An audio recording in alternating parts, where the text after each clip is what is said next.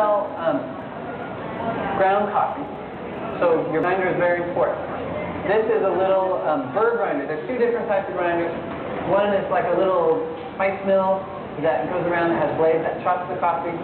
One that has two birds, like imagine an old flour mill, you know, the stone slowly rotating.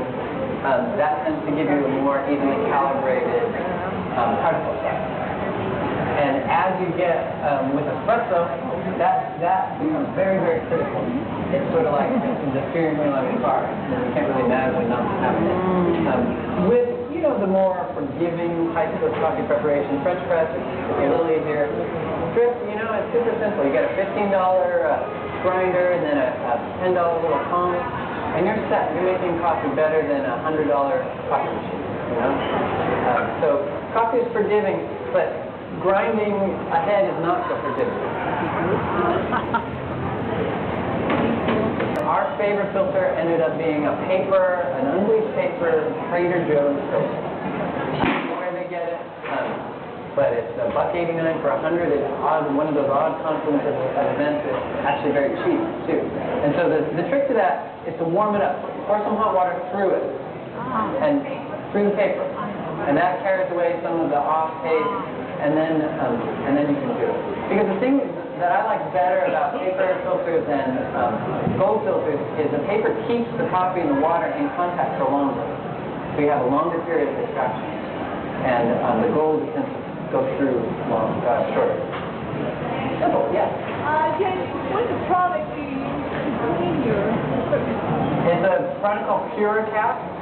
And it's basically, do you know that there's that thing called TSP that they sell in paint stores, but it's not TSP anymore. It's remote. That's the best way to do drip, because you can get in there and stir it, and that agitating the coffee makes a tremendous difference. And also, you can use more coffee. When we're making at the farmer's market, we're making like 40 grams of coffee per cup. You know, it's sort of like when you go to restaurants, the human capacity for self-deception is such that I think people go to restaurants because they don't want to know how much butter they're eating. It's like, you know, oh, these mashed potatoes are so yummy. And then you would look at the recipe and it's like, oh, I couldn't do that. It's similar when we make good coffee. We use so much coffee. And more is, like butter, almost inevitably better. And so with most commercial machines, like with a carafe underneath, you cannot put in enough coffee.